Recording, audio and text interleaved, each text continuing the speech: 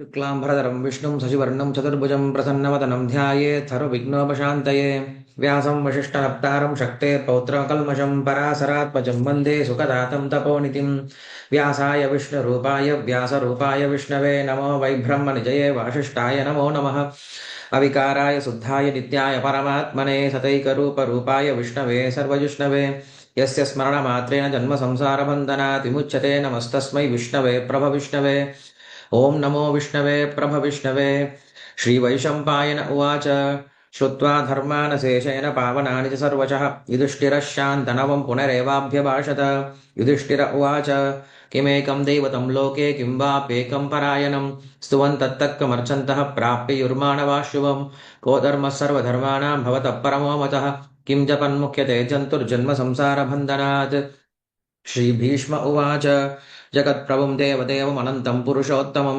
स्तुवन्नाम सहस्रेण पुरुषः सततोत्थितः तमेव चार्चयन्नित्यं भक्त्या पुरुषमव्ययं ध्यायन् स्तुवं नमस्यं च यदमानस्तमेव च अनादिनिधनं विष्णुं सर्वलोकमहेश्वरं लोकाध्यक्षं स्तुवन्नित्यं सर्वदुःखादिगो भवेत् ब्रह्मज्ञं सर्वधर्मज्ञं लोकानां कीर्तिवर्धनं लोकनाथं महद्भूतं सर्वभूतभवोद्भवम् एष मे सर्वधर्माणां धर्मो जिगतमो मतः यद्भक्त्या पुण्डरीकाक्षं स्तवैरक्षेन्नरः सता परमं यो महत्तेजः परमं यो महत्तपः परमं यो महद्ब्रह्म परमं यः परायणं पवित्राणां पवित्रं यो मङ्गलानां च मङ्गलं दैवतं देवतानां च भूतानां ह्यः पिता यतः सर्वाणि भूतानि भवन्त्यादियुगागमे यस्मिन् च प्रलयं यान्ति पुनरेव युगक्षये तस्य लोकप्रधानस्य जगन्नाथस्य भूपते विष्णोर्नाम सहस्रं मे शृणु पापभयापहं यानि नामानि गौणानि विख्यातानि महात्मनः ऋषिभिः परिगीतानि तानि वक्ष्यामि भूतये नम ओं विष्णुपादाय कृष्णप्रेष्ठाय भूतले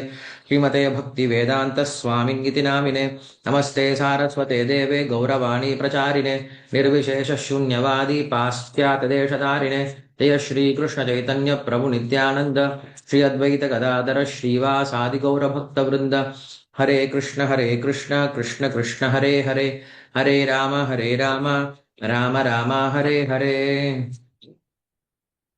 हरे कृष्ण நமஸ்காரம். எல்லாரையும் மறுபடியும் ரொம்ப நாள் கல்புறம் பார்க்க ரொம்ப சந்தோஷமா இருக்கு. உங்களுக்கும் அதே மாதிரி தான் இருக்கும்னு நினைக்கிறேன். ஸோ இந்த விஷ்ணு சஹஸ்ரநாமத்துல நாம் 119வது நாமத்தில் இருக்கோம். 119 நாமத்தில் இருக்கோம். போன வகுப்புல நான் பார்த்த நாமம் விஸ்வயோனிகி அப்படிங்கிற நாமத்தை பார்த்திருந்தோம். அது விஸ்வயோனிகி அப்படிங்கிற நாமத்துல பகவானுக்கும் ஆத்மாவிற்கும் உள்ள 9 விதமான சம்பந்தங்கள் என்ன அப்படிங்கிற விஷயத்த பார்த்திருந்தோம். ஞாபகம் இருக்கு, உங்களுக்கு தெரியும். இல்லைன்னா நீங்க பழைய வகுப்பை எடுத்து ஒரு தடவை பார்த்தீங்கன்னா தெரியும். சரி, 119, 120, 121 இந்த 3 நாமங்கள் இன்னைக்கு பார்க்க முயற்சி பண்ணலாம். 119ஆம் நாமம் சுஜிஸ்ரவாஹா அப்படின்னு பேர் கொடுத்திருக்காரு பகவானுக்கு. சுஜிஸ்ரவாஹா அப்படின்னா புண்ணியஸ்லோகன் அப்படின்னு அர்த்தம்.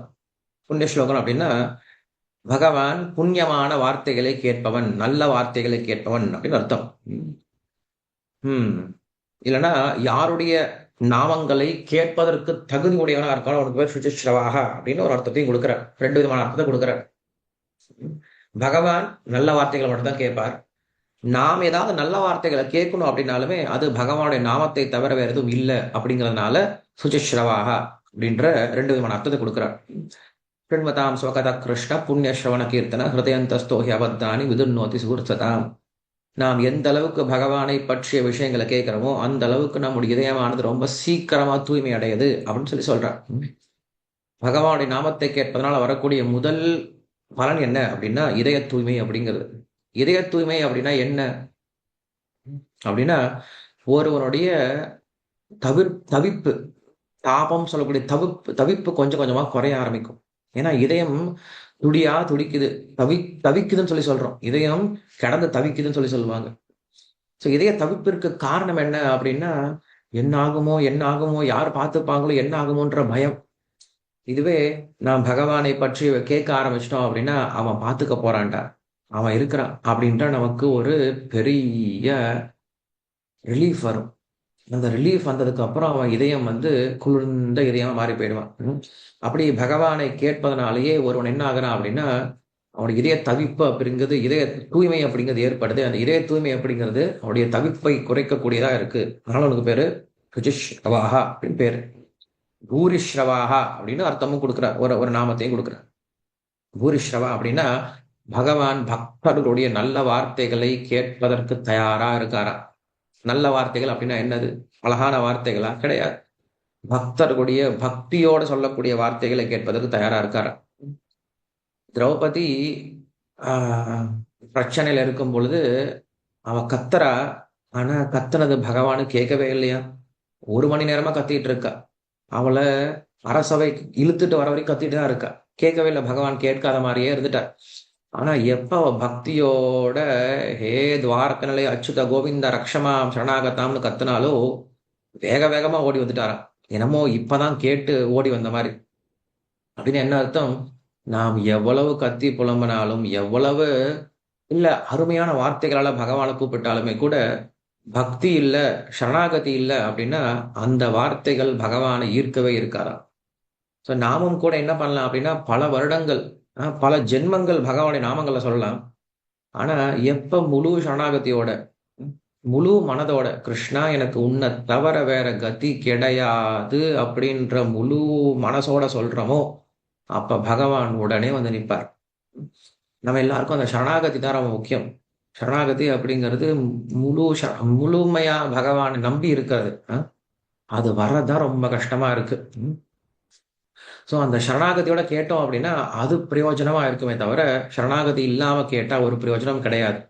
ஸோ நாம் என்ன பண்ணணும், என்ன யோசிக்கணும் அப்படின்னா, நான் பகவானுடைய நாமத்தை சொல்றேன் அப்படின்னா அது முழு மனதோட முழு சரணாகதியோட சொல்றேனா அப்படிங்கிறத பாருங்க.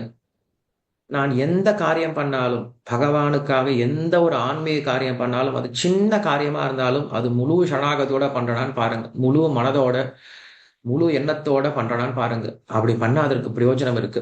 ஸோ அப்படிப்பட்ட வார்த்தைகளை பகவான் கேட்கிறாரு. சுச்சினி சுச்சினி ஸ்ருண்வயாமி ஸ்ருணோமி இஹ தனஞ்சய நச்ச பாபானி கிருணாமி ததோஹம் வை சுஜஸ்ரவாக அப்படின்ற வார்த்தையை பகவானே மகாபாரதத்துல சொல்றார்.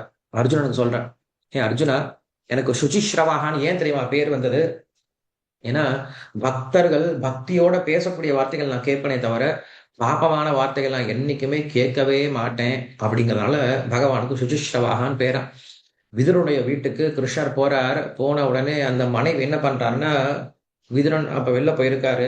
ஸோ கிருஷ்ணரை பார்த்த அந்த சந்தோஷத்துல விதுரனுடைய மனைவி என்ன பண்றா, வெறும் வாழைப்பழத்தோலா கொடுக்குற வாழைப்பழத்தோலை சாப்பிட்டுட்டு அதுவே எனக்கு வயிறு நிறைஞ்சு போச்சுன்னு சொல்லிட்டு என்ன பண்றாரு பகவான், அங்க படுக்க முயற்சி பண்றாரு. எங்க படுக்கிறது, அவங்க வீட்டுல பெரிய பெரிய படுக்கை எல்லாம் கிடையாது. அப்ப என்ன பண்றாரு அப்படின்னா, அங்க கிருஷ்ணர் வந்து விதுரனுடைய மடியில படுத்துக்கிறாராம். மடியில படுத்துக்கிட்டா விதுரன் என்ன பண்றான் அப்படின்னா, அவர் அப்படியே தடவி கொடுத்துக்கிட்டு அவர் கிருஷ்ணருக்கு பேசிக்கிட்டே கிருஷ்ணரோட பேசிட்டே இருக்காங்க. எந்த ஒரு பகவான் அங்க ஆதிசேஷ பரியனில படுத்துட்டு இருக்காரோ அந்த பகவான் இங்க என்ன பண்றாரு, விதுரனுடைய மடியில படுத்துட்டு இருக்காரா. விதுரனுடைய ஆனந்தத்திற்கு எல்லையே இல்லையா. அப்படி விதுரனுடைய ஆனந்தமா அவன் என்ன பண்றான், இரவு முழுதும் பேசிக்கிட்டே இருக்கானா. கிருஷ்ணர் வந்த களைப்புல படுத்து தூங்கிட்டு இருந்தாரு.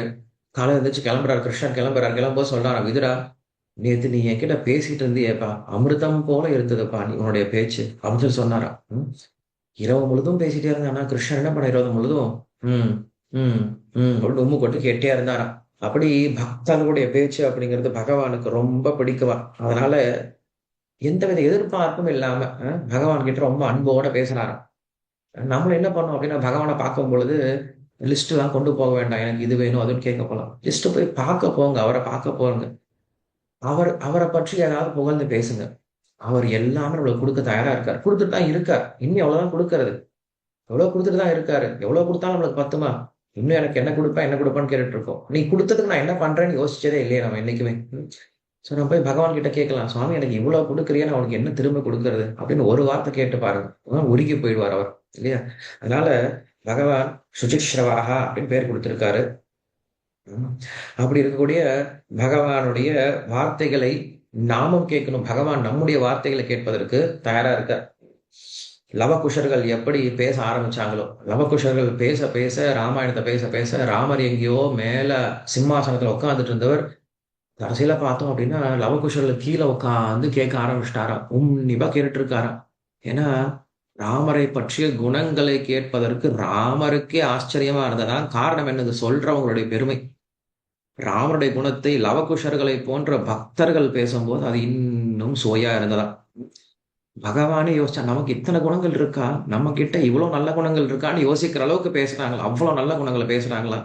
அப்படி உட்காந்து ராமர் உட்காந்து கேட்டாராம். சோ பக்தருடைய மிக முக்கியமான குணம் இதுவா இருக்கணும். என்ன குணம் அப்படின்னா, பகவானை பற்றிய விஷயங்களை கேட்பதற்கு அவங்க சோம்பேறித்தனப்படவே கூடாது. பகவானுடைய குணங்கள் அப்படின்னு வந்துருச்சுன்னா எல்லாத்தையும் நிறுத்திட்டு பகவானுடைய குணங்களை கேட்க ஆரம்பிக்கணும். அதான் சுஜிஸ்ரவாக அப்படின்னு பேர் கொடுத்திருக்காரு. அஹ் அப்புறம் லக்ஷ்மணனை பத்தி இங்க இன்னொரு கதை சொல்றாங்க.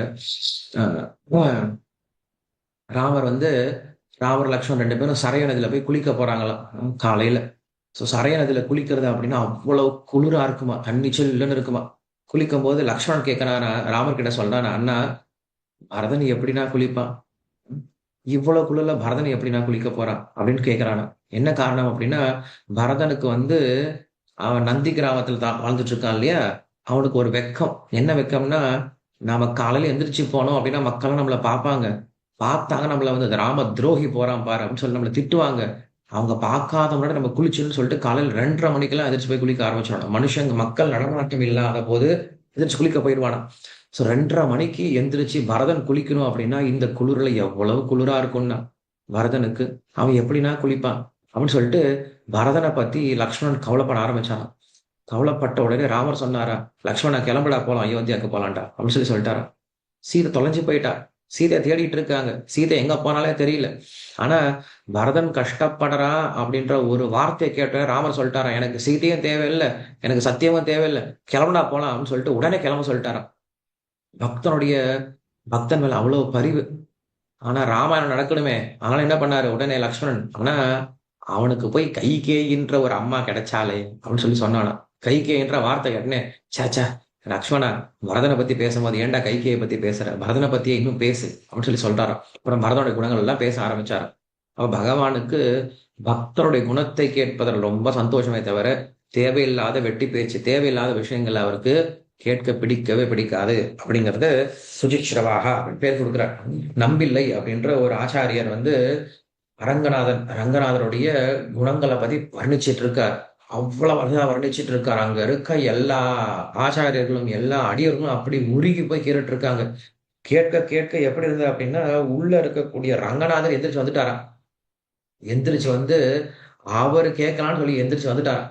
வந்த உடனே பின்னாடி திரும்பி பார்த்தான். அங்க விலக்கொலி பிச்சைன்னு சொல்லிட்டு ஒருத்தன் கையில பந்தம் பிடிச்சு நின்று இருப்பான். அங்க அன்னைக்கெல்லாம் லைட் இல்லை இல்லையா. சோ பந்தம் பிடிச்சு நின்று இருப்பான். அவனுக்கு பேர் விலக்கொலி பிச்சைன்னு அப்படின்னு சொல்லிட்டு ஏதோ ஒரு கருப்பா உருவம் வந்து நம்மளுக்கு பின்னாடி நிக்கிறேன்னு சொல்லி திரும்பி பாக்குறான். திரும்பி பார்த்தா ரங்கநாதர்.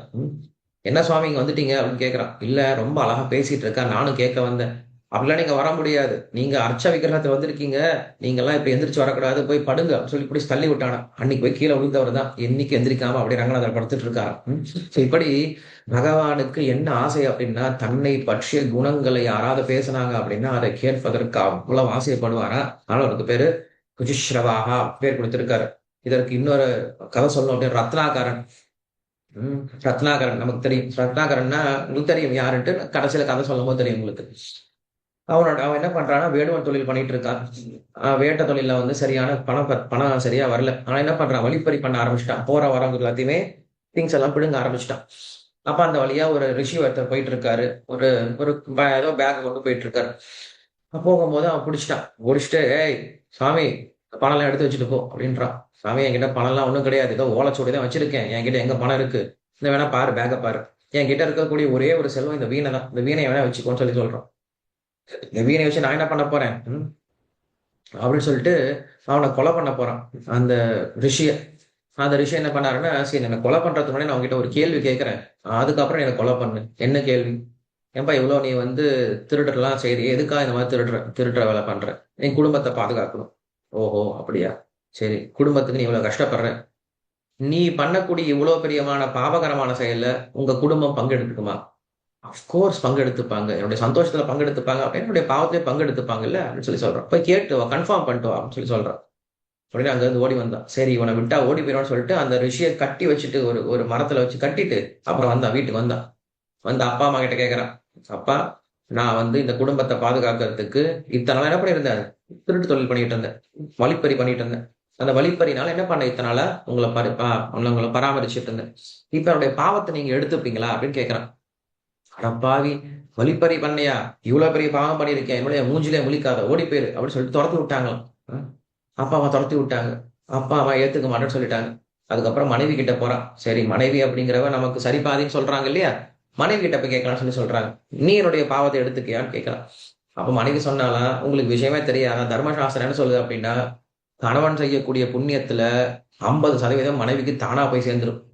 கணவன் புண்ணியம் செய்ய எவ்வளவு புண்ணியம் செய்யறானோ அதுல 50% மனைவிக்கு போயிடுமா. மனைவி பங்கு பெறல அப்படின்னாலுமே கூட. அதுவே கணவன் செய்யக்கூடிய பாவத்துல எந்த விதமான பர்சன்ட்டும் மனைவிக்கு போகாதான். அதனால நீங்க செய்யற பாவம் எங்களுக்கு வரவே வராது அப்படின்னு அவன் சொல்லி முடிச்சிட்டா. குழந்தைகிட்ட கேட்கிறான். குழந்தை சொல்றாங்க, 12 வயசு வரைக்கும் எங்களுக்கு பாவம் ஒட்டாது, அதனால எங்களுக்கு தெரியாது அப்படின்னு சொல்லிட்டான். அவன் மனம் உடஞ்சு போயிட்டான். திரும்ப அதை சொல்றான் அந்த ரிஷி கிட்ட, சுவாமி யாரும் பாவத்தை எடுத்துக்கிற மாதிரி தெரியல அப்படின்னு சொல்றான். இப்படிப்பட்ட குடும்பத்தை நீ ஏன்டா பாவம் பண்ணிட்டு இருக்க, அந்த பாவத்தை விட்டு ஒளி. எப்படி விட்டு ஒழிக்கிறது? நான் சொல்ற மந்திரத்தை மட்டும் சொல்லு, உனக்கு பாவம் எல்லாம் போயிடும். என்ன மந்திரம் சொல்லணும் சுவாமி? எனக்கு மந்திரம்லாம் தெரியாது. நீ செய்யற மந்திரமே சொல்ற, நீ என்ன மந்திரம் செய்வ, நீ என்ன பண்ற? நான் கொலை பண்ணுவேன். கொலைக்கு பேர் என்ன? கொலைக்கு என்ன வார்த்தை? மரா. மரான்னா அட்ரா அப்படின்னு அர்த்தம். அடிச்சு கொலை பண்ணு அப்படின்னு அர்த்தம். மரா அப்படின்னா கொலை பண்ணு அப்படின்னு அர்த்தம் சம்ஸ்கிருதத்தில். அப்ப அதையே சொல்றா அப்படின்ட்டாரு. என்ன பண்ணிட்டான்? மரா மரா மரா மரா மரா மரா மரா மரா மரா மரா மரா மரா மரா மரான்னு சொல்ல ஆரம்பிச்சிட்டான். உடனே அவன் வால்மீகியா மாறிட்டாரு. கொஞ்ச காலத்துல வால்மீகி ரிஷியா மாறி ராமாயணத்தை எழுதிட்டாரு. இதெல்லாம் பார்த்துட்டு இருந்த பார்வதி தேவி கேட்கிறான் சிவபெருமான் கிட்ட, சுவாமி அவன் மரான் தான் சொன்னான், ஆனா அவன் எப்படி வால்மீகியா மாறினாரு, இவ்வளவு பெரிய ரிஷியா எப்படி மாறினாரு அப்படின்னு கேட்கும்போது சிவபெருமான் சொல்றாரு, பகவான் எப்படிப்பட்டவர் அப்படின்னா, பக்தர்கள் என்ன சொன்னாலும் அதுல நல்ல விஷயங்கள் மட்டும்தான் பகவான் கேட்பாராம். அவன் சொன்னது மரான் தான் சொன்னான், ஆனா பகவானுக்கு எப்படி கேட்டது? ராமான்னு கேட்டதான். அப்படி சுச்சிஸ்ரவாக அப்படின்னா பக்தர்களுடைய வார்த்தைகள்ல இருந்து நல்ல விஷயத்த மட்டுமே கேட்கக்கூடியவன் அப்படிங்கிறதுக்கு அவனுக்கு பேரு சுச்சிஸ்ரவாகா பேர் கொடுத்திருக்காரு. ரொம்ப அழகா நாமத்தை கொடுத்திருக்காரு. சோ நாம என்ன பண்ணோம் அப்படின்னா, நல்ல வார்த்தைகளை பேச ஆரம்பிக்கணும், பகவானை புகழக்கூடிய வார்த்தைகளை பேச ஆரம்பிக்கணும், பக்தர்களுக்கு உபயோகமான வார்த்தைகளை பேச ஆரம்பிக்கணும். இதுதான் சுச்சிஸ்ரவாகா அப்படின்னு நாமத்துக்கு அர்த்தம். சரி, அடுத்தது 120ஆம் நாமம் அமிர்தகா பேர். அமிர்தாய நமஹா அப்படின்னு பேர். சரி, அமிர்தகா அப்படின்னா நமக்கு தெரியும், அமிர்தம் அப்படின்னாவே இனிமையானவன் அப்படின்னு அர்த்தம். அமுதம் அப்படின்னு ஒண்ணு இருக்கு. கும்பகோணத்துல பாத்தீங்க அப்படின்னா நமக்கு ஒரு பகவான் இருக்கார், ஆறாவது பெருமாள் அப்படின்னு பேரு, இல்ல ஆறாவது ஆழ்வார் அப்படின்னு பேரு. ஒரு பெருமாள் சொல்ல மாட்டாங்க, ஆழ்வான்னு சொல்லுவாங்க. இங்க யாராவது கும்பகோணத்துல இருந்து வந்திருக்கீங்களா? கும்பகோணக்காரங்க யாராவது இருந்தா கை தூக்குங்க பார்க்கலாம். எனக்கு இந்த இந்த பேரை கேட்டோடனே எனக்கு ரொம்ப ஆசையா இருக்கு. ஆறாவதையும் பார்க்கணும் அப்படின்னு ஆசை வந்துருச்சு. ஸோ இன்னைக்குதான் படிச்சுட்டு இருந்தேன். நான் போயிருக்கேன், ஒரே ஒரு முறை போயிருக்கேன் கும்பகோணத்திற்கு. அங்க போய் பெருமாளை பார்த்திருக்கேன். ஆனா இப்ப அந்த பெருமாளுடைய பெருமையை கேட்டதுக்கு அப்புறம் இப்ப மறுபடியும் போய் பார்க்கணுமே அப்படின்னு சொல்லி ஆசை வருது. சரி, இந்த ஆறாவது பெருமாளுடைய சரித்திரத்தையும் இந்த அமிர்த அப்படிங்க இந்த நாமத்தையும் நம்ம சேர்த்தே பார்க்க ஆரம்பிக்கும். அமிர்தம் அப்படிங்கிறது பொதுவா நம்ம தெரியும், தேவர்கள் என்ன பண்றாங்க, அமிர்தத்தை கடைஞ்சு எடுக்கிறாங்க. அந்த அமிர்தம் அப்படிங்கிறது ஒருவனுக்கு வயோதிகத்தை போக்கும் அப்படின்னு சொல்லி சொல்றாங்க. ஆனா இந்த அமிர்தம் என்ன பண்ணும் அப்படின்னா, ஒருவனுக்கு சாஸ்வதமான நிலையை பெற்றுக் கொடுக்கும், மோட்சத்தை பெற்றுக் கொடுக்கக்கூடிய அமுதன் தான் ஆறாமுதன் அப்படின்னு பேரு. சரி, இந்த ஆறாமுதனுடைய பெருமையை பேசக்கூடிய விஷயம் யாரு அப்படின்னா நம்மாழ்வார். நம்மாழ்வார் தான் என்ன பண்றார் அப்படின்னா, அவர் தன்னுடைய திருவாய்மொழியில முதல் பாசத்துல என்ன பண்றார் அப்படின்னா, ஆறாவமுதே அப்படின்னு கூப்பிடுறார். பகவானுக்கு ஒரு பேர் கொடுத்தாரு பாருங்க, யாருமே கொடுக்க முடியாத பேர், ஆறாமுதன் அப்படின்னு சொல்லிட்டு. இதற்கு நீங்க சமஸ்கிருதத்துல தேடினாலுமே கூட இந்த மாதிரி ஒரு வார்த்தை கிடைக்காது. தமிழுக்கு உண்டான பெருமை அப்படிங்கிறது இந்த வார்த்தையை நம்ம தெரிஞ்சுக்கலாம். ஆறாமுதன் அப்படிங்கிறது நித்திய ஆனந்தம் அப்படின்னு கூட சொல்லலாம். இன்னைக்கு நித்தியானந்த திரையோதசி அப்படின்னு நம்ம கொண்டாடுறோம். பகவான் நித்தியானந்தருடைய தோன்றியனா. நித்தியானந்தர் அப்படின்னா பலராமருடைய அவதாரமாகிய நித்தியானந்த பெருமானுடைய, நித்தியானந்த பிரபுடைய அவதார திருநாள். சோ அவருக்கும் ஆறாவதுன்னு பேரை கொடுக்கலாம்.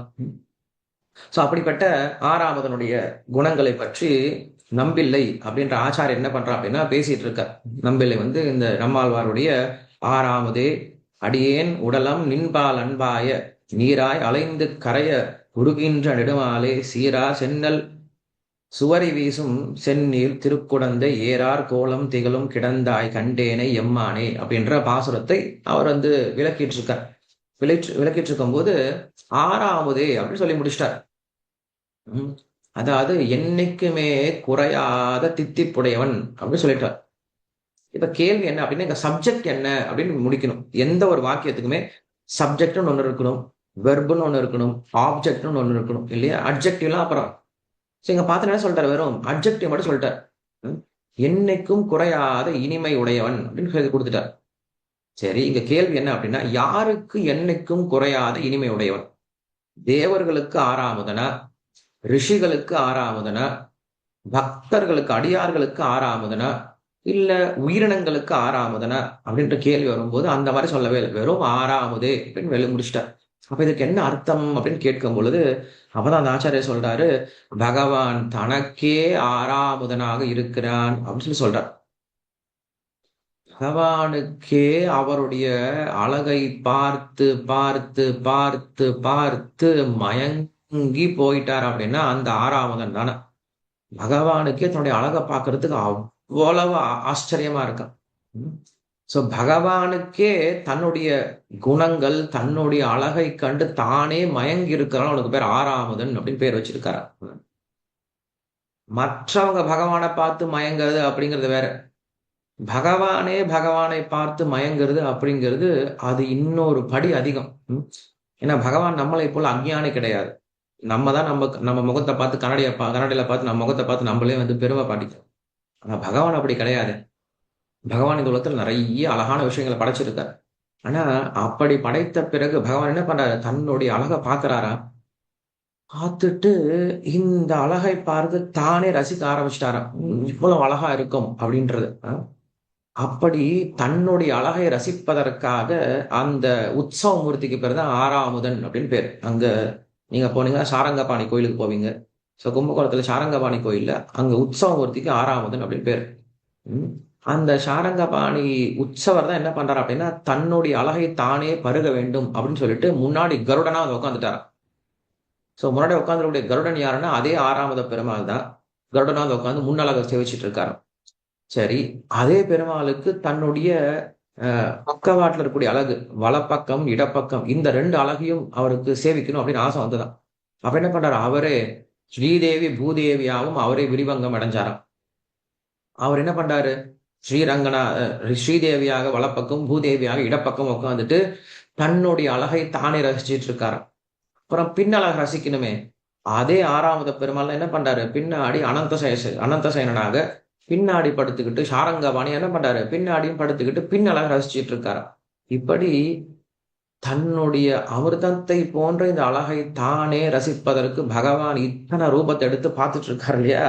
அதனாலதான் அவனுக்கு பேரு அமிர்தகா அப்படின்னு பேர் கொடுத்திருக்கார். அப்படி இருக்கும்போது அந்த பின்னழக ரசிச்சிட்டு இருக்கக்கூடிய அந்த சாரங்கபாணி பெருமாளுக்கு ஒரு ஆசை வந்துடுச்சான். முன்னழக நம்மளால ரசிக்க முடியலையே அப்படின்னு ஆசை வந்துடுச்சான். எப்படி ரசிக்கிறது, எந்திரிச்சு போய் முன்னாடி பார்க்கலாமான்னு எந்திரிச்சுலாம் போகக்கூடாது இல்லையா? அவர் விக்கிர ரூபத்துல இருக்கார், எந்திரிச்சு போகக்கூடாது. அப்ப என்ன பண்றதுன்னு யோசிச்சுட்டு இருந்தார். யோசிச்சுட்டு இருக்கும்போது அங்க திருமிழிசை பிரான் அப்படின்ற ஒரு ஆழ்வார் வர, திருமிழிசை பிரான் அப்படின்ற ஒரு ஆச்சாரியர் என்ன பண்றாரு அப்படின்னா, பகவானை புகழ்ந்து பாடுறார். கிடந்தவாறு எழுந்து நின்று பேசு அப்படின்னு சொல்லி ஒரு பாசுரத்தை பாடுறார். கிடந்தவாறு எழுந்து நின்று பேசுன்னு சொல்லி சொல்றார். கிடந்தவாறு எழுந்து நின்று பேசு அப்படின்ற வார்த்தையை உபயோகப்படுத்துறார். அப்படின்னு என்னது, கொஞ்சம் எந்திரிச்சு எட்டி பாக்குற மாதிரி. அதான் உத்தான சயனம் அப்படின்னு சொல்லுவாங்க. அந்த பெருமாள் அங்க இருக்கார் இல்லையா, சக்கரபாணியா இருக்கார் இல்லையா, அவருக்கு பேர் உத்தான சயன பெருமாள் அப்படின்னு சொல்றது உண்டு. முழுமையா படுத்துட்டு இருக்க மாட்டாரு, கொஞ்சம் எந்திரிச்ச மாதிரி இருப்பாரு. அப்ப என்ன பண்றாரு அப்படின்னா, அந்த பெருமாள் பின்னாடி படுத்துட்டு இருக்காரு இல்லையா, அவர் என்ன பண்றாரு, கொஞ்சம் எந்திரிச்சு இப்படி முன்னாடி அழகா எட்டி பாக்குறாராம். அந்த முன்னழகை எட்டி பார்த்துட்டு இருக்காராம். சோ இப்படி தன்னுடைய அழகை தானே ரசிச்சதுனால அவனை விட ஒரு நல்ல அமிர்தம் இந்த உலகத்துல கிடையாது. அதனால அவனுக்கு பேரு ஆறாவது ஆழ்வான் அப்படின்னு பேர் வச்சிருக்காரு அந்த பெருமாளுக்கு. ஏன்னா தன்னுடைய அழகை கண்டு தானே தன்னுடைய அழகில் ஆழ்ந்து போனாலும் அவனுக்கு பேரு ஆறாவது ஆழ்வான் அப்படின்னு பேர் வச்சிருக்காரு. இந்த அமிர்தத்தை விட்டுட்டு நாம் எந்த அமிர்தத்தை சாப்பிட போறோம்? அதெல்லாம் பகவானுக்கு பெயர் என்ன பண்ணிருக்காரு அப்படின்னா அமிர்தகா பெயர் கொடுத்திருக்காரு. அடுத்தது 121வது நாமம் சாஸ்வதஸ்தானுகு பேர் கொடுத்திருக்காரு. சாஸ்வதா அப்படின்னாலும் நிரந்தரம், ஸ்தானுகு அப்படின்னா நிலை பெற்றிருப்பது, நிரந்தரமாக நிலை பெற்றிருப்பது அப்படின்னு அர்த்தம். என்றும் நிலைத்திருப்பவன் அப்படின்னு பெயர் கொடுத்திருக்காரு. இல்லைன்னா பக்தர்களால என்றும் பருகக்கூடியவன், என்றும் பக்தர்களால் அனுபவிக்கக்கூடியவன் அப்படின்னு பேர். நாம என்ன பண்ணோம் அப்படின்னா இந்த நாமத்தை தனியா எடுத்துக்கூடாது. இந்த நாமத்தை நாம போன நாமத்தோட கனெக்ட் பண்ணிக்கணும். போன நாமம் என்னது? அமிர்தக, ரொம்ப இனிமையானவன். எப்படி இனிமையானவன்? சாஸ்வத ஸ்தானுகு, எப்பவுமே நிலையா இனிமையா இருக்கக்கூடியவன் அப்படின்னு அர்த்தம். எப்போதும் நிலையாக இனிமை உடையவன். அமிர்தா சாஸ்வத ஸ்தானுகு அப்படின்ற பேர் நம்ம என்ன பண்ண எல்லாத்தையும் கனெக்ட் பண்ணி பார்க்கணும். இப்படி பகவான் எப்படி இருக்காரு அப்படின்னா ஒரு முறை அந்த அமிர்தத்தை குடிச்சிட்டோம் அப்படின்னா திகட்டி போயிடுமா. ஆனா இந்த அமிர்தம் எப்படி இருக்குன்னா நீங்க குடிக்க குடிக்க குடிக்க ஆனந்தாம் புதிவர்தனம் பிரதிபதம் பூர்ணாமிருத ஸ்வாதனம் சர்வாத்மஸ்னபனம் பரம் விஜயதே ஸ்ரீ கிருஷ்ண சங்கீர்த்தனம் அப்படின்னு சொல்லிட்டு சைத்தன்ய மகாபுரு சொல்றாரு. இந்த அமுதத்தை நீங்க ஒரு முறை பருகிட்டீங்க அப்படின்னா மீண்டும் வேண்டும், இன்னும் வேண்டும், இன்னும் வேண்டும், இன்னும் வேண்டும் சொல்லிட்டு திரும்ப திரும்ப திரும்ப திரும்ப வர ஆரம்பிச்சுப்பாங்களாம். இந்த அமிர்தத்தை நீங்க எவ்வளவு குடிச்சாலும் விஷமாகாது. மற்ற அமிர்தத்தை நீங்க குடிச்சீங்கன்னா சொல்றாங்கல்ல, அளவுக்கு மிஞ்சினால் அமிர்தமும் நஞ்சுன்னு சொல்லி சொல்றாங்க இல்ல. ஆனா இந்த அமிர்தம் அப்படி கிடையாது. இந்த அமிர்தத்தை நீங்க பருகிட்டே இருக்கலாம். ஒரு முறை பருகினதை விட 2வது முறை பருகும் பொழுது இன்னும் இனிப்பா தெரியுமா, 3வது முறை சுவைக்கும் போது இன்னும் சுவையா தெரியுமா, 4வது முறை இன்னும் சுவையா தெரியுமா, திகட்டவே திகட்டாதான். அதே போல இது எந்த விதமான கெடுதலையும் கொடுக்காத உடம்புக்கு ரொம்ப புஷ்டியை கொடுத்துட்டே இருக்குமா. அப்படிப்பட்டவனு தான் என்ன சொல்றாரு, அமிர்தா சாஸ்வத ஸ்தானுகு அப்படின்னு பேர் கொடுத்திருக்காரு. சோ பகவான் எப்படி இருக்காரு அப்படின்னா எப்பயும் நிலையா அமிர்தமா இருக்காரு. சோ இந்த உலகத்துல ஒரு சில சந்தோஷமான விஷயங்கள்லாம் கொஞ்சம் சந்தோஷம் கொடுக்குற மாதிரி இருக்கும், ஆனா சாஸ்வதமா இருக்காது. சரி, ஒரு சில விஷயங்கள் சாஸ்வதமா நம்மளுக்கு இருந்தாலுமே அது அது வந்து ஸ்தானுகு அப்படின்னா உறுதியானவளுக்கு சந்தோஷத்தை கொடுக்காது. மேல கீழே பிளக்சுவேஷன் இருக்கும். ஆனா பகவான் எப்படி இருக்காரு அப்படின்னா அமிர்தா சாஸ்வத ஸ்தானுகு அப்படின்னு பேர் கொடுத்திருக்காரு. சோ நிலையான அமிர்தம் அப்படின்னு நமக்கு தெரியும். மகாபாரதத்துல கஷ்யப ரிஷிக்கு 2 மனைவிகள் இருந்தாங்க. ஒண்ணு பேரு கத்ரு, வினதை அப்படின்னு சொல்லிட்டு. சோ கத்ரு பெரியவ, வினதை சின்னவ, அக்கா தங்கச்சி. 2 பேரை திருமணம் பண்ணிக்கிட்டாரு. அதுல இந்த வினதைக்கு பிறந்தவங்க தான் என்ன சொல்றாங்க அப்படின்னா எல்லா பாம்புகளும். கத்ருவுக்கு பிறந்தவங்க தான் கருடன். சோ இத 2 பேருக்கும் வந்து ஒரு போட்டி வந்துருச்சு. அக்கா தங்கச்சி 2 பேருக்கும் போட்டியில அக்கா ஜெயிச்சுட்டா, வினத்தை ஜெயிச்சுட்டா, கத்ரு தோத்து போயிட்டா. தோத்து போனதுனால என்ன பண்ணிட்டா, அக்கா தங்கச்சியை வந்து அடிமையாக்கிக்கிட்டா, அடிமையா வாழ்ந்துட்டு இருக்கா. இத பார்த்துட்டு இருந்த மகன் கருடனுக்கு ரொம்ப வருத்தம். நம்முடைய அம்மா அடிமையா இருக்காளேன்னு சொல்லி ரொம்ப வருத்தப்படுறார். இந்த அடிமைத்தனத்தை ஒழிக்கணும் அப்படின்னு முடிவு பண்றார். அப்ப போய் தன்னுடைய பெரியம்மா கிட்ட கேட்கிறார். பெரியம்மாவை சித்தியான்னு தெரியல எனக்கு, அக்கான்னு எப்படி சொல்றது, தன்னுடைய அம்மாவுடைய பெரியம்மா பெரியம்மா கிட்ட கேட்கிறார். எங்க அம்மாவை நீ விடுதலை பண்ணும் அப்படின்னா என்ன பண்ணணும் அப்படின்னு கேட்கிறார். அதுக்கு வினத்தை சொல்றா, எனக்கு நீ என்ன பண்ண அப்படின்னா அமிர்தத்தை கொண்டு வந்து கொடு. அந்த அமிர்தத்தை கொடுத்த அப்படின்னா நான் என்ன பண்றேன், நான் வந்து சாரி கத்ரு தான் வந்து பெரிய, வினதை சின்னவன். ஸோ வினதையினுடைய மகன் தான் வந்து வைனதையன்னு சொல்லக்கூடிய கருடன். அந்த வினதையை விடுவிக்கிறதுக்கு என்ன பண்ற கத்ரு என்ன கேட்கிறான் அப்படின்னா எனக்கு வந்து அமிர்தத்தை கொண்டு வந்து கொடு அப்படின்னு சொல்லி கேட்கிறான்.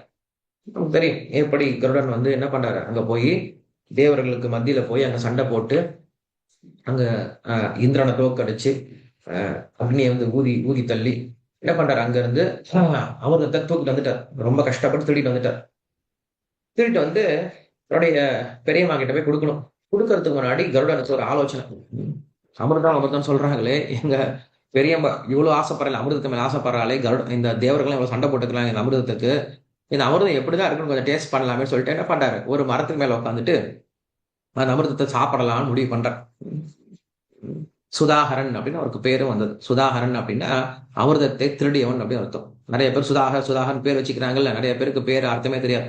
சுதாகர் அப்படின்னா அமிர்தத்தை திருடுறவன் அப்படின்னு அர்த்தம். யாராவது அடுத்த நீங்க சுதாகரன் பேர் வச்சாங்கன்னா போய் சொல்லுங்க, அது திருடனுடைய பேர். சரி, அப்ப அந்த அமிர்தத்தை டேஸ்ட் பண்ணி பாக்குறார் கருடன். டேஸ்ட் பண்ணி பார்த்தார் அப்படின்னா ரொம்ப கசப்பா இருந்துச்சான். ஏன்னா அமிர்தம் எப்படி செயல்படும் அப்படின்னா, யார் ஒருத்தர் உண்மையாலுமே நல்ல உடம்போடு நல்ல ஆரோக்கியத்தோடு இருக்காங்களோ அவங்க அமிர்தத்தை சாப்பிட்டாங்க ரொம்ப கசப்பா இருக்குமா. யார் ரொம்ப வலிமை இல்லாம ரொம்ப பாபகரமான காரியங்களை பண்ணியிருக்காங்களோ அவங்க சாப்பிட்டாங்க அப்படின்னா அது இனிப்பா இருக்குமா. அப்படி கருடன் ரொம்ப ஏற்கனவே நல்ல புண்ணிய ஆத்மா இல்லையா, அவர் நித்தியசூரி இல்லையா, பகவானுடைய சேவகன் அடியவர். சோ அவர் அமிர்தம் சாப்பிடும் போது ரொம்ப கசப்பா இருந்த, சீச்சி இதையா அமிர்தம் நினைச்சிட்டு இருக்காங்க, இதையா சாப்பிட நினைச்சிட்டு இருக்காங்க பெரியம்மா, சரி கொடுத்துடலாம்னு சொல்லிட்டு போய் பெரியம்மா கிட்ட கொடுத்துட்டார். கொடுத்துட்டு என்ன பண்ணார் கருட பார்வையினால மேல இருந்து அப்படியே பார்த்துட்டே வராராம், எங்கேயாவது உண்மையான அமிர்தம் கிடைக்குமா சொல்லி பார்த்துட்டு வரும். ஏன்னா அமிர்தம்ன்ற வார்த்தை உண்மைதானே. அமிர்தம் அப்படின்னா தெவிட்டாத இனிமை அப்படின்னு அர்த்தம் அமிர்தம் அப்படிங்கிறதுக்கு. அப்ப அந்த வார்த்தை இருக்கும்போது இதுக்கான பொருள் எங்கேயாவது இருக்கும். கண்டிப்பா வார்த்தைன்னு இருக்கும்போது இதுக்கான பொருள் எங்கேயாவது இருக்கும். சரி, அப்ப உண்மையான அமிர்தம் எங்க இருக்குன்னு சொல்லிட்டு என்ன பண்ணார், அவர் அப்படியே தேடிட்டு இருக்கார். அப்படியே இந்த பூலோகத்து மேல சஞ்சாரிச்சிட்டு இருக்கும் போது ஒரு குடம் தெரிஞ்சதான், ஒரு குடத்துக்குள்ள அமிர்தம் தெரிஞ்சதான். அந்த குடம் தான் கும்பகோணம் அப்படின்ற குடம். கும்பகோணம் அப்படிங்கிறதாவே ஒரு குடம் அப்படின்னு அர்த்தம். கும்பகோணம் அப்படிங்கிறது ஒரு பெரிய கலசத்தை குறிக்கக்கூடியது. அந்த கும்பகோணம் அப்படின்ற அந்த கலசத்துக்குள்ளார ஒரு அமிர்தம் படுத்துட்டு இருக்கா. அந்த அமிர்தம் தான் என்னது, ஆறாமுதன் அப்படின்ற அந்த சாரங்கபாணி பெருமாள். சோ அந்த ஆறாமுதனை பார்ப்பதற்கு என்ன பண்றாரு, இந்த அமிர்தத்தை பார்த்தாரோ இல்லையோ அப்படியே ஸ்வைன்னு வந்தாரு. வந்து அந்த பெருமாள் முன்னாடி கையை கூப்பிட்டு நின்னாரா. நின்ன மாதிரி நின்னுட்டாரு. அந்த பகவானுடைய அமிர்தத்தை போன்று அழகா என்ன பண்ணாரு, பார்த்து அப்படியே பருகிட்டு இருக்காரு. இது வரைக்கும் நின்றுட்டு இருக்காரு. அதனாலதான் நீங்க கும்பகோணத்துல அந்த பெருமாள் கோயிலுக்கு போனீங்கன்னா 2 கருடன் இருப்பார். ஒரு கருடன் வெளியில கருட சம்பத் பக்கத்துல இருப்பாரு, இன்னொரு கருடன் உள்ளே இருப்பார், கர்ப்பகிரகத்து பக்கத்திலே இருப்பார். அந்த கருடனுக்கான காரணம் என்னன்னு சொல்றாங்க. 2 கருடன் இருக்கிறதுக்கான காரணம் என்ன, ஒரு கருடன் எப்பயும் பிரதிஷ்டை பண்ணும் போது இருக்கக்கூடிய கருடன், இன்னொரு கருடன் பகவானுடைய அந்த அமிர்தத்தை போன்ற அந்த அழகை பார்த்து ரசிப்பதற்காகவே உட்கார்ந்து இருக்காரு, நின்றுட்டு இருந்தார் இல்லையா. அதனால அவருக்கு பேரு ஆறாமுதன் அப்படின்னு பேர் வந்திருக்கார். சரிப்படி பகவானை என்ன பண்றாரு அப்படின்னா, எப்பையும் சாஸ்வதஸ்தானகு, இந்த பகவானுடைய அமிர்தத்தை எப்பையும் சுவைச்சிட்டே இருக்கணும் அப்படிங்கிறது பக்தருடைய ஆசையா இருக்கா. சோ அப்படி எப்பயுமே பக்தர்களுக்கு நிலையான அமிர்தத்தை போன்ற ஆனந்தத்தை கொடுப்பாங்க. அவனுக்கு பேரு சாஸ்வதஸ்தானு அப்படின்னு பேர் கொடுத்திருக்காரு. சாஸ்வதஸ்தானு அப்படின்னா, ஸ்தானு அப்படிங்கிறது நமக்கு தூணை குறிக்கக்கூடியது. சோ தூண்ல இருந்து வெளில ஒரு சாஸ்வதமான ஒரு பொருள் வந்தது அப்படின்னா அது நரசிம்ம பெருமாள் இல்லையா. சோ நரசிம்மர் ஒரு தூண்ல இருந்து பிறந்தனால அவனுக்கு சாஸ்வத ஸ்தானு அப்படின்னு பேரு வச்சிருக்காரு. இது இன்னொரு அர்த்தம் அப்படின்னு சொல்றாரு. அதே போல கலிய பெருமாள் கோயில் அப்படின்னு நீங்க கேள்விப்பட்டிருப்பீங்க. கொள்ளிடத்துல, அந்த கொள்ளிடத்துல போனீங்க அப்படின்னா முஸ்லீம் ராஜாக்கள் என்ன பண்ணிட்டாங்க, அந்த கோயிலை மொத்தமும் இடிச்சிட்டாங்க. ஆனா அங்க இன்னும் அந்த அந்த கலிய பெருமாள் கோயிலுடைய தூண்கள்லாம் இருக்கு.